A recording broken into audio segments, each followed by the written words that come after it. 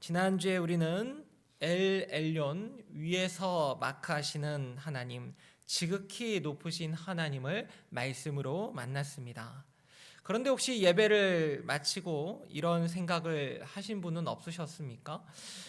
아니, 위에서 보시는 건 알겠는데 역시나 하나님은 좀 너무나 멀리 계신 분이 아닌가. 오늘 그 질문에 성경이 엘로이로 답을 하게 됩니다. 위에 계신 그분이 오늘 우리 곁에까지 내려오십니다. 아브라함의 여종 하갈, 그 이야기를 통해서 우리는 엘 엘론의 하나님이 어떻게 엘로이의 하나님으로 우리 곁에 다가오시는가를 보게 될 것입니다. 본격적으로 이 이야기를 하기 전에 요즘 다들 어떻게 지내십니까? 네, 날씨가 잘 지내신다고 하셨는데, 우리 권사님, 날씨가 습하고 덥고 비도 오락가락 해가지고 저는 요즘 장 보러 나가기가 두렵습니다. 많이 사면 많이 살수록 또 비를 조금이라도 맞게 되니까 이걸 어떻게 해야 되나. 그래서 뭘 하게 됩니까? 인터넷으로 주문을 하게 됩니다.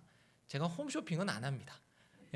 왜 안 하냐면 그 예전에 정장을 이렇게 샀는데 질이 너무 안 좋더라고요. 제가 잘못 산 것 같은데 그 한 번의 경험 때문에 이제 인터넷 주문을 하게 되는데, 여러분 홈쇼핑이나 이 인터넷 쇼핑으로 결제를 하면 대부분은 빨리 옵니다. 그렇죠?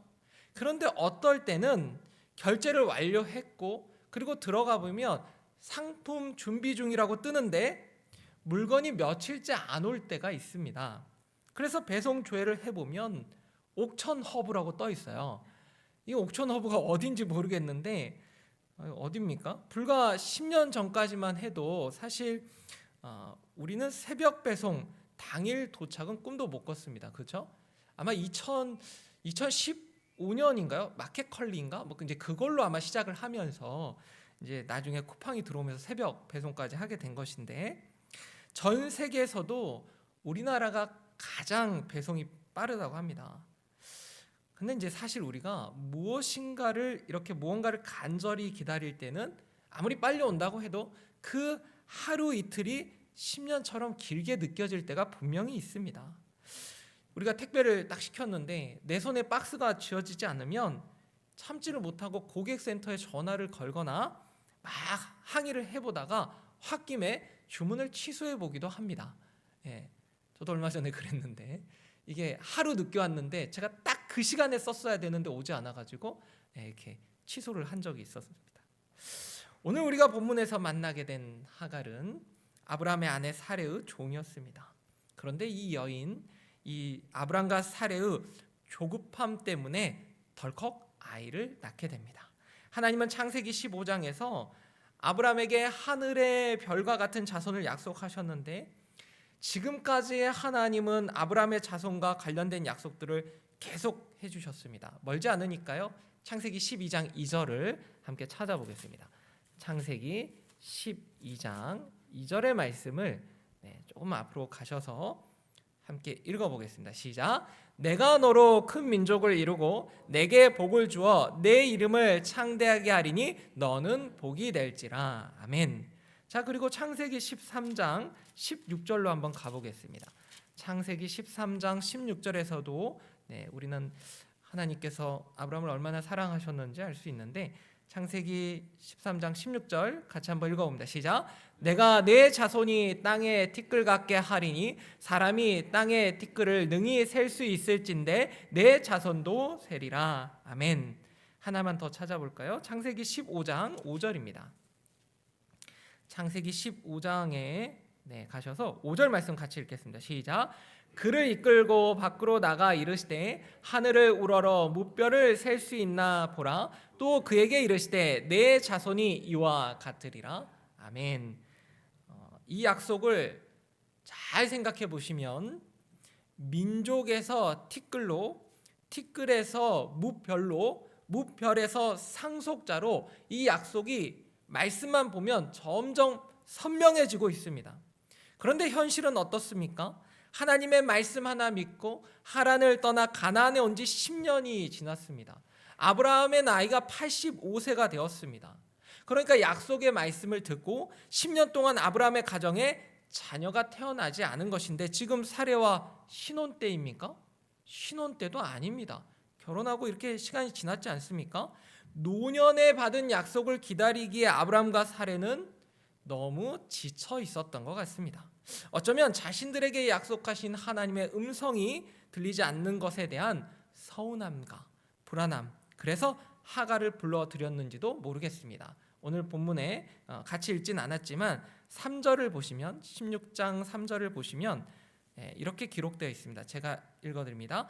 아브라함의 아내 사레가 그 여종 애굽 사람 하갈을 데려다가 그 남편 아브라함에게 첩으로 준 때는 아브라함이 가나안 땅에 거주한 지 10년 후였더라. 10년이라는 기간이 나오고 있습니다. 아브라함의 아내 사레가 자신의 애굽 여종 하갈을 아브라함에게 첩으로 주었습니다. 여종은 사실 가족에 가까운 사람입니다. 당시 고대 근동 사회에서는 딸이 결혼할 때 선물로 하녀를 딸려 보냈는데 이 하녀는 여주인의 가장 가까운 곳에서 시중드는 역할을 하는 개인적인 하녀였습니다. 사레의 하녀인 하갈도 사레의 가장 가까운 곳에 아마 어린 시절부터 계속해서 그녀를 시종 들진 않았나 생각이 듭니다.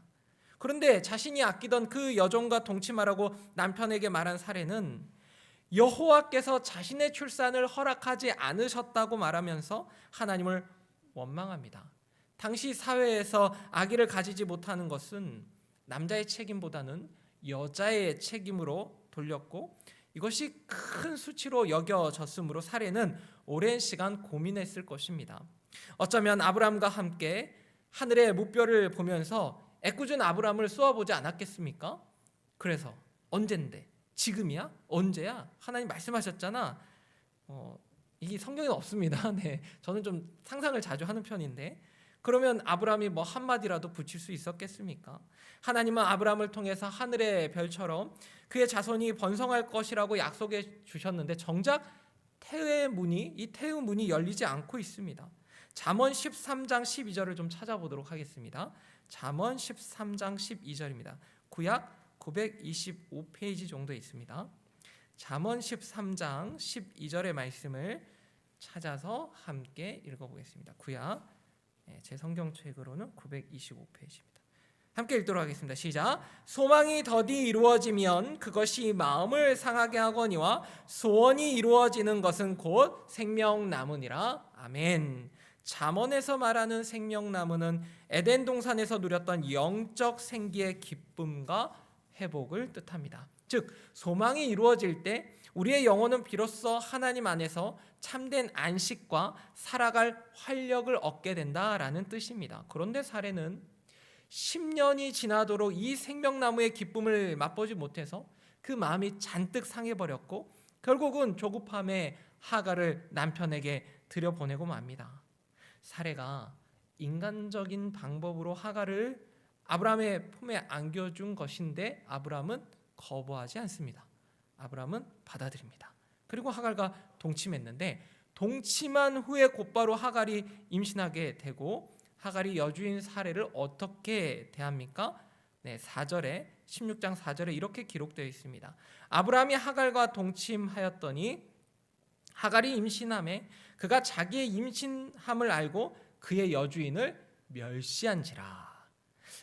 아마도 하갈은 자식을 갖지 못하는 것이 큰 수치였던 당시 시대적 분위기에 따라서 임신한 자신이 여주인 사례보다 하나님으로부터 더 많은 복을 받았으며 아브라함도 자신을 더 사랑한다고 생각하면서 여주인을 멸시한 것으로 생각이 듭니다. 멸시한 것은 원어로 칼날이라고 합니다. 칼날. 종이 주인을 가볍게 여기는 것만큼 큰 멸시가 어디 있겠습니까? 여러분 혹시 삼요라는 말 알고 계십니까? 삼요. 네. 젊은 세대의 직장인들이 회사에서 이 삼요를 잘한다고 합니다. 상사가 업무를 지시하면 누구씨 이거 좀 해주세요 라고 하면 MG 이 회사원이 눈을 동그랗게 뜨고 제가요? 이걸요? 왜요? 이렇게 요요요. 네. 그러니까 과거 회사 분위기와는 완전히 달라졌다라고 합니다. 다 그런 건 아니겠지만 그러니까 상사라고 해서 무조건적으로 어떤 업무를 이렇게 지시하기가 굉장히 어려워졌다고 합니다. 사레의 여종이었던 하갈도 이전에는 사레가 부르면 주인님 하면서 버선발로 뛰었겠죠. 그런데 남편의 이 후계자를 임신하자 상황이 달라졌습니다. 그리고 이제 원어를 보니까 칼날은 상대방의 권위를 가볍게 여기고 투명 인간 취급했다. 이런 뜻이 담겨 있다고 합니다. 자, 여주인의 권위를 철저히 뭉개고 조롱했을 그런 모습, 하갈의 모습을 상상해 보십시오. 하갈의 태도에 사레가 너무 서러워서 아브라함에게 뭐라고 말합니까? 창세기 16장 5절을 같이 한번 찾아서 읽어보겠습니다. 창세기 16장 5절입니다. 시작. 사레가 아브라함에게 이르되 내가 받는 모욕은 당신이 받아야 옳도다. 내가 나의 여종을 당신의 품에 두었거늘 그가 자기의 임신함을 알고 나를 멸시하니 당신과 나 사이에 여호와께서 판단하시기를 원하노라. 아멘. 이 사레의 말 속에서 그녀의 신앙이 얼마나 어린지를 알 수가 있습니다. 사레는 하나님의 말씀을 믿지 않고 자기 방식대로 일을 추진했음에도 불구하고 남편 아브라함에게 책임을 떠넘기고 있습니다. 그리고 이제는 자신과 아브라함 사이에 하나님이 직접 판단해 주셔야 한다고 말을 합니다. 아브라함이 이 말을 듣고 뭐라고 대답하냐면 6절에 보니까 당신의 눈에 좋을 대로 그에게 행하라고 말합니다. 이 말을 들은 사레는 이제 하갈을 학대하기 시작하죠. 6절에는 그저 사레가 하갈을 학대하였더니 이렇게 기록되어 있는데, 당시 이방인들의 법전인 바벨론의 함무라비 법전에는 이런 경우에 여주인이 첩에게 낙인을 찍어서 종으로 계수할 수는 있으나 팔아버릴 수는 없었다라고 하고요. 고대 수메르 우루 남무법에는 하갈처럼 천박하게 구는 첩은 소금 1리터로 그녀의 입을 문지르라고 명시해 놓았습니다. 이게 얼마나 아프겠습니까? 하나님의 말씀을 별로 중요하게 생각하지 않은 사레가 하갈에게 다시 종의 낙인을 찍었는지 소금 1리터로 하갈의 입술을 문질렀는지 알 수는 없지만, 그러나 학대가 심했던 것 같습니다. 그래서 하갈이 도망을 칩니다. 견딜만 하면 도망치지 않았겠죠. 근데 너무나도 큰 그런 학대 가운데서 도망을 치게 됩니다. 사레의 끔찍한 학대와 하갈의 도망, 이 장면을 보면서 우리는 곁에 있었지만 결코 곁에 머무르지 못했던 세 사람을 보게 됩니다. 아브람과 사레 그리고 하갈은 장막 안에서 살을 부대끼며 살았지만 하나님을 향한 굳건한 믿음으로 서로의 영혼을 지켜주지 못한 채 철저히 벽을 치며 살았습니다. 이 비극의 원인이 어디에 있습니까? 먼저는 하나님의 약속을 온전히 신뢰하지 못했기 때문인데, 또 한번 생각해 보면 이들은 서로를 인격적인 사랑과 긍휼의 대상이 아니라 오직 가문을 이어가기 위한 출산의 도구로만 대했습니다. 사람은 누군가 자기 곁에 있다는 사실만으로도 살아갈 힘을 얻지만, 그러나 목적과 기능으로 묶인 관계는 서로의 영혼을 찌르는 가시가 되고야 맙니다. 물리적으로는 굉장히 가까운 거리에 있었지만 이들은 서로 마음을 내주지 않았습니다. 몸의 거리는 10cm, 20cm였는지 모르겠지만 마음의 거리는 한 1000km 정도 떨어져 있었는지도 모르겠습니다. 오늘 아브람과 하갈과 그리고 사레의 이야기, 단지 4000년 전 이야기만은 아닌 것 같습니다. 지난해 우리나라에서 고독사로 세상을 떠난 분이 약 4000명 가까이 된다고 합니다. 그 마지막을 처음 발견한 사람이 누군지 아십니까? 주로 가족이 아니었습니다. 가족이 발견한 경우는 통계적으로 4명 중 1명뿐이었고, 가장 많은 발견자는 임대인이었습니다. 경비원이었습니다. 가족도 아닌 임대인이 한 사람의 마지막을 발견하는 시대. 어쩌면 우리는 서로에게 단 한 뼘의 이 곁도 내어주지 않는 삭막한 시대를 살고 있는지 모르겠습니다. 점점 사람들이 내 곁에 있는 사람조차 세상의 가치와 기능으로 평가할 때 우리의 장막은 더 이상 피난처가 아니라 꽁꽁 얼어붙은 차가운 냉동고처럼 변하고 말 것입니다. 하갈은 얼어붙은 장막을 떠나서 도망치게 되는데, 그녀가 술깃샘 곁에서 수룩길이라고도 하죠. 그 곁에서 여호와의 사자를 만나게 됩니다. 제가 PPT를 준비했는데요. 아주 작게 보이지 않습니까? 굉장히 외로워 보이지 않습니까?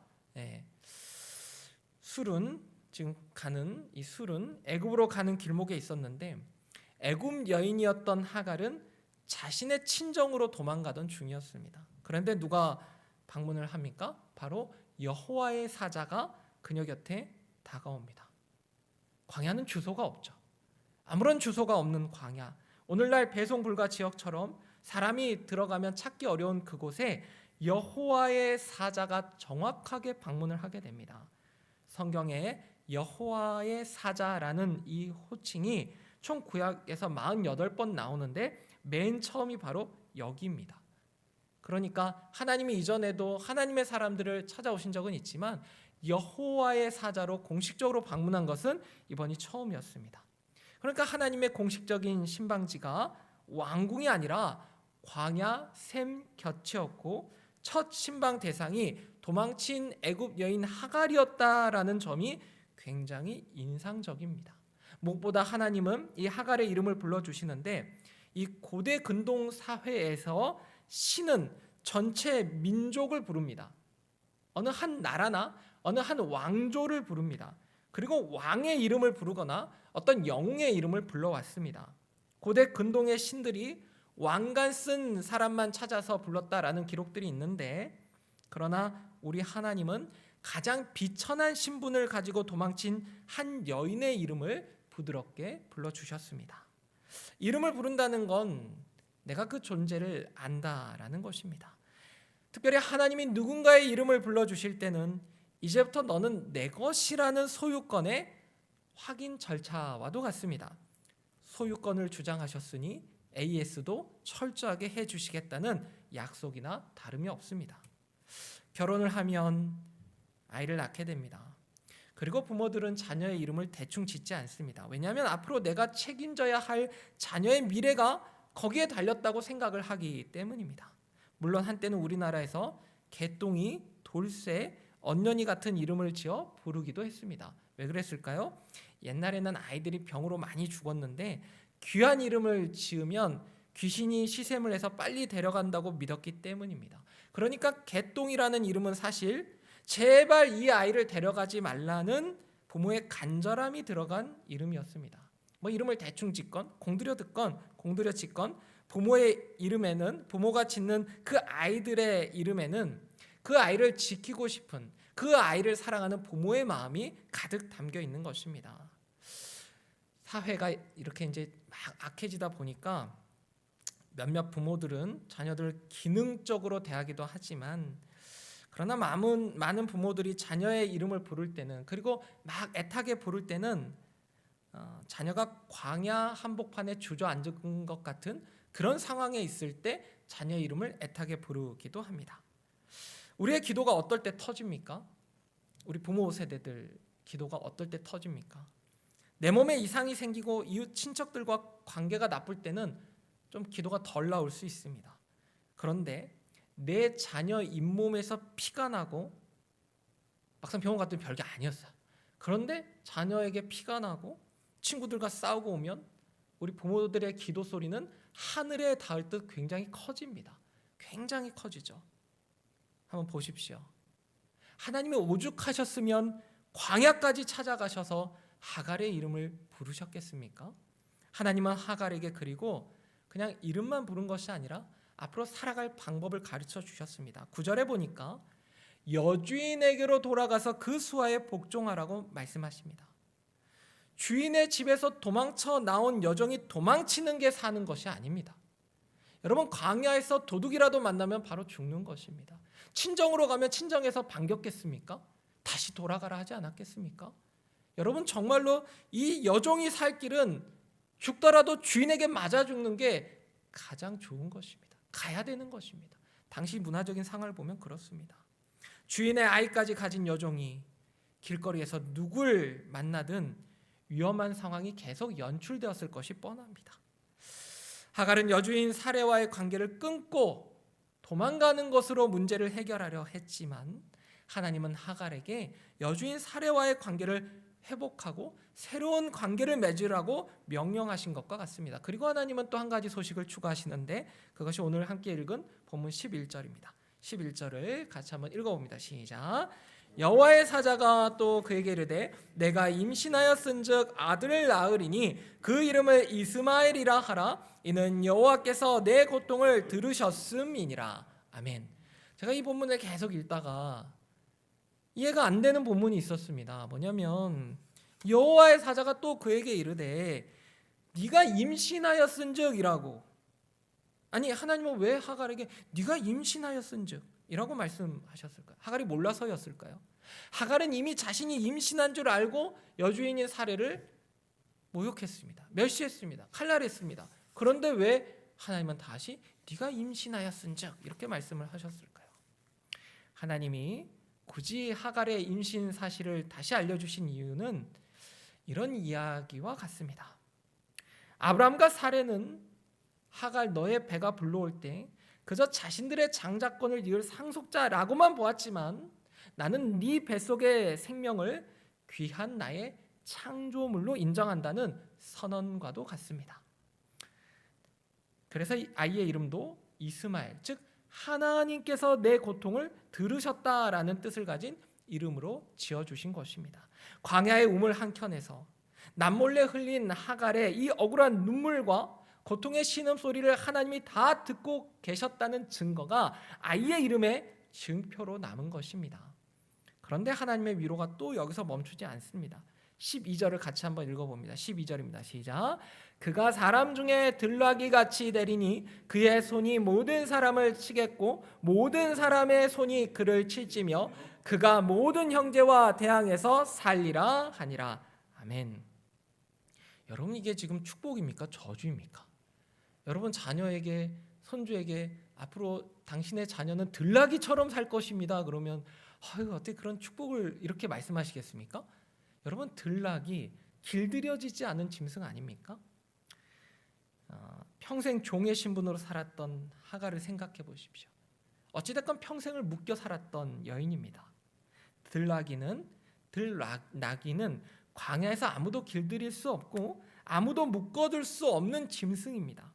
평생 남의 소유물로 메인 몸으로 이 살아온 여종에게 네 아들은 그 누구에게도 속박당하지 않고 살 것이다라는 말은 어쩌면 엄마인 하갈의 귀에는 복음과도 같았을 것입니다. 그리고 하나님은 또 좋은 이야기만 하시는 건 아닙니다. 감추지 않으시고 아이의 미래에 대해서 다 말씀해 주십니다. 그가 자유를 누리겠지만 그의 손이 모든 사람을 치겠고 모든 사람의 손이 그를 칠지며 그가 모든 형제와 대항해서 살리라고 말씀을 해주십니다. 이 예언이 어떻게 이루어집니까? 그는 나중에 집에서 쫓겨난 뒤에 광야에 거주하며 활 쏘는 자가 됩니다. 이스라엘 형제들이 사는 동쪽의 맞은편 광야 지대에 정착해서 형제들과 지속적인 긴장 관계에 독립적으로 살게 됩니다. 이 요셉을 애굽에 판 상인들이 이스마엘 사람들이었고 사사시대 미디안과 연합해서 이스라엘 사람을 괴롭힌 사람들이기도 합니다. 이 사람들은 나중에 어느 제국에도 길들여지지 않고 광야에서 거칠게 살아가야 했습니다. 이스마엘은 하나님의 계획이 아니라 인간의 성급함이 만들어낸 아이였습니다. 그런데도 하나님은 그 아이의 이름을 지어주셨고 창대케 하겠다 약속하셨고 그를 책임져 주셨습니다. 사실은 우리 인생에도 이스마엘이 있습니다. 내 조급함과 내 욕심과 내 부족함으로 만들어낸 결과물들이 어떤 자녀를 이야기하기보다는 어떤 결과물들이 있습니다. 그럴지라도 하나님은 내 실수, 내 연약함, 내 수치로 나온 결과들까지 다 살피시고 그것마저 합력하여 하나님의 역사를 이루어가는 하나의 퍼즐로 끼워주십니다. 참 놀라우신 하나님이신데 이제 하갈은 그 하나님을 바라보며 이런 고백을 합니다. 13절을 같이 한번 읽어볼까요? 13절입니다. 시작.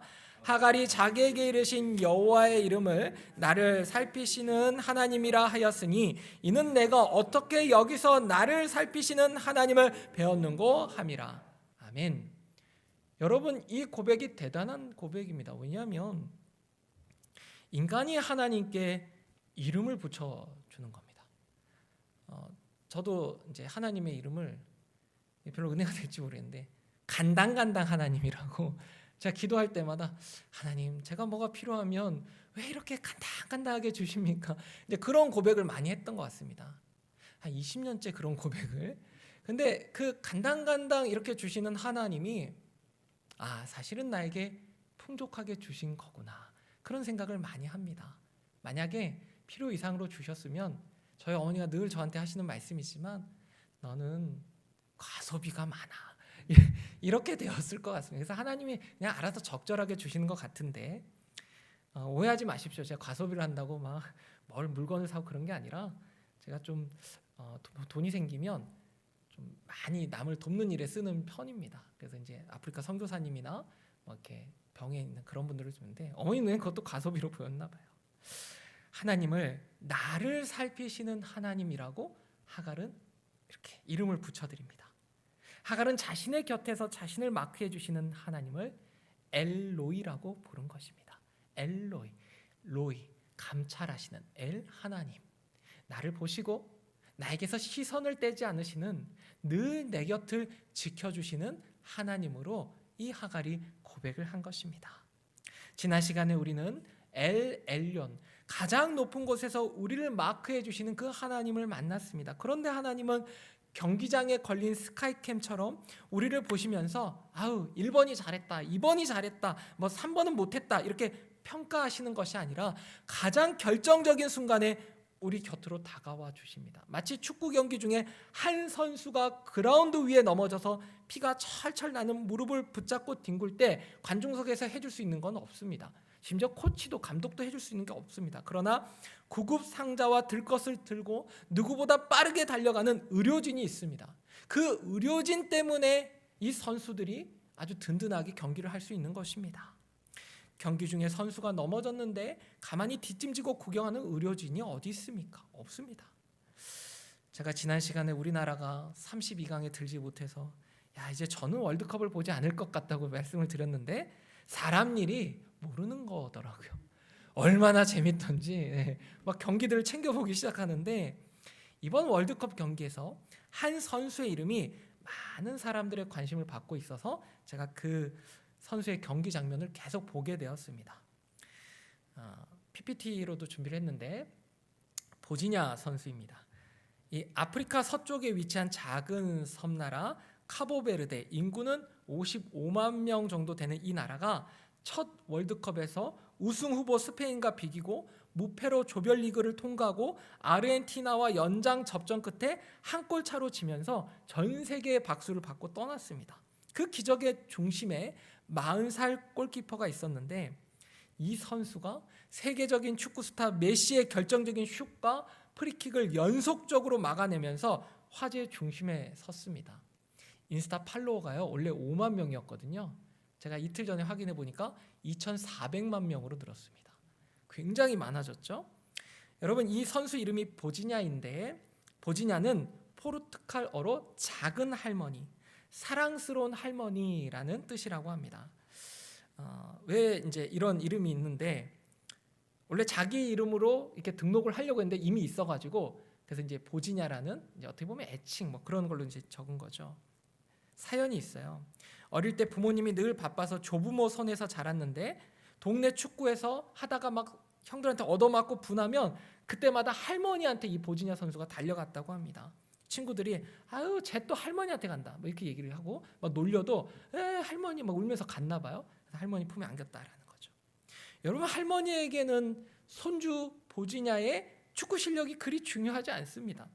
그가 경기에서 실수를 하건 몇 골을 먹건 사랑하는 손주라는 사실에는 변함이 없기 때문입니다. 보지냐에게는, 어린 보지냐에게는 언제나 돌아갈 곁이 있었습니다. 언제나 울면서 돌아갈 곁이 있었죠.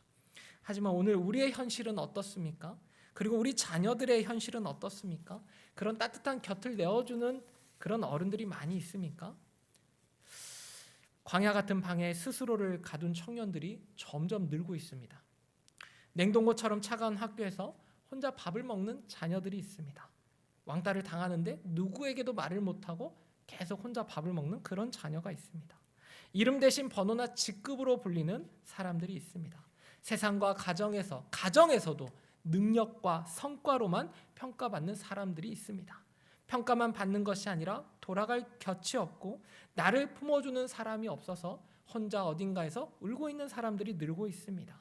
그리고 그런 사람 주변에는 이렇게 말하는 사람들이 또 있습니다. 아유, 그것밖에 못해? 야, 그게 최선이야? 오늘 입사한 사람도 너보다는 잘하겠다. 허구날 집에서 뭐 하는 거냐? 그래서 밥은 벌어먹겠냐? 이런 소리를 매일 들으며 남몰래 눈물 흘리는 오늘의 하갈들이 이 땅에서 줄어들어야 하는데 점점 많아지는 것 같습니다. 그리고 어쩌면 그 하갈이 나인지도 모르겠습니다. 지극히 높은 곳에서 온 우주를 통치하시는 엘 엘론의 하나님은 오늘도 대충 저녁밥을 먹고 혼자 웅크려 자며 남모르게 눈물 흘리는 하갈들의 곁을 마크해 주십니다. 내가 네 억울함을 다 안다. 내가 너의 신음소리를 다 들었다. 이쯤에서 시편 34편 18절을 좀 같이 찾아보겠습니다. 시편 34편 18절입니다. 너무나도 잘 아는 말씀인데요. 제 성경책으로 구약 825페이지쯤에 있습니다. 시편 34편 18절의 말씀 천천히 한번 찾아보시기 바랍니다. 네. 시편 34편 18절의 말씀을 같이 한번 마음에 새기며 함께 읽어보겠습니다. 시작. 여호와는 마음이 상한 자를 가까이 하시고 충심으로 통회하는 자를 구원하시는도다. 아멘. 여호와는 마음이 상한 자를 멀리하지 않으시고 여호와는 충심으로 통회하는 자를 버리지 않으시고 그를 구원하십니다. 더 좋은 결과물을 만들지 못하고 오히려 실수만 해대는 우리 곁을 하나님은 떠나지 않으십니다.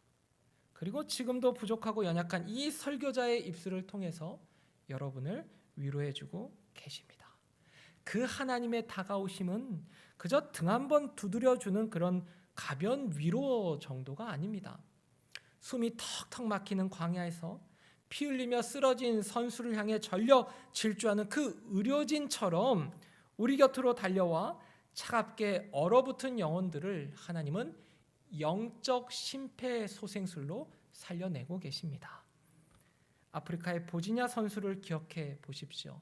세상의 냉혹한 야유와 자신의 실수에 화가 난 할머니의 품으로 도망쳤던 그는 영원히 그 품에 숨어 살지 않았습니다. 할머니의 조건 없는 사랑으로 숨을 고른 후에 그는 다시 일어서서 경기장으로 돌아갔습니다. 자신을 향해 날아오는 그 공들을 다 막아내면서 그 두려운 경기장 한가운데로 들어가서 자신이 해야 할 사명을 마땅히 감당해 낸 것입니다. 오늘 마지막 PPT가 있는데요. 오늘 본문의 하갈도 마찬가지죠. 광야의 샘물 곁에서 울고만 있지 않았습니다. 눈물을 하나님이 닦아주셨고 하갈은 자기가 도망쳐 나온 그 끔찍한 장막으로 자신을 학대하던 사례에게로 다시 걸어 들어가서 이스마엘을 낳아버립니다. 어떻게 그럴 수 있습니까? 도망칠 때의 하갈은 상처받은 노예에 불과했지만 다시 돌아가는 하갈은 달랐습니다. 이제 그녀는 자신의 곁에서 나를 살피시는 하나님, 엘로이의 하나님이 자신을 밀착막하고 계심을 깨달았습니다. 비록 현실은 여전히 차갑지만 내 곁에서 나를 지키시며 내 자녀를 들나귀처럼 자유롭게 하실 하나님의 언약을 붙들었기 때문에 그 현실을 정면으로 마주할 힘을 얻은 것입니다. 엘론의 하나님이 오늘 엘로이의 하나님으로 여러분 곁에 오셨습니다. 그 품에서 숨을 고르셨다면, 그래서 영적 심폐소생술을 받으셨다면 이제 거기에 머물지 마십시오. 이제 하갈처럼 일어나시기 바랍니다. 때로는 가정이 피하고 싶었던 자리인 사람들이 있습니다. 때로는 직장이 숨이 막혀서 도저히 못 가겠다라고 말하는 사람들도 있습니다. 또 어떤 사람은 나는 그 사람과는 이제는 아예 단절을 하고 내가 뭐 그 사람 안 보면 그만이지 라고 말하면서 어떤 관계를 그냥 정리하려고 하는 그런 사람들도 있습니다. 그러나 하나님은 피하고 싶었던 가정으로 다시 돌아가라고 말씀하십니다. 숨막히는 직장으로 다시 들어가라고 말씀하시고 깨어진 그 관계를 포기하지 말고 다시 회복시키기 위해 그 사람에게 연락하라고 말씀하십니다. 그냥 가는 것이 아니라 엘로이 되시는 하나님, 나를 감찰하시고 나를 아시고 내 곁에서 끝까지 나를 응원해 주시는 그 하나님과 같이 가는 자리입니다. 바라기는 오늘 주신 약속의 말씀을 꼭 붙잡고 광야 같은 공동체일지라도 그 공동체를 구석구석 살피시는, 그래서 생명으로 역사하는 하나님의 은혜를 날마다 누리시는 저와 여러분 되시길 주님의 이름으로 축복합니다.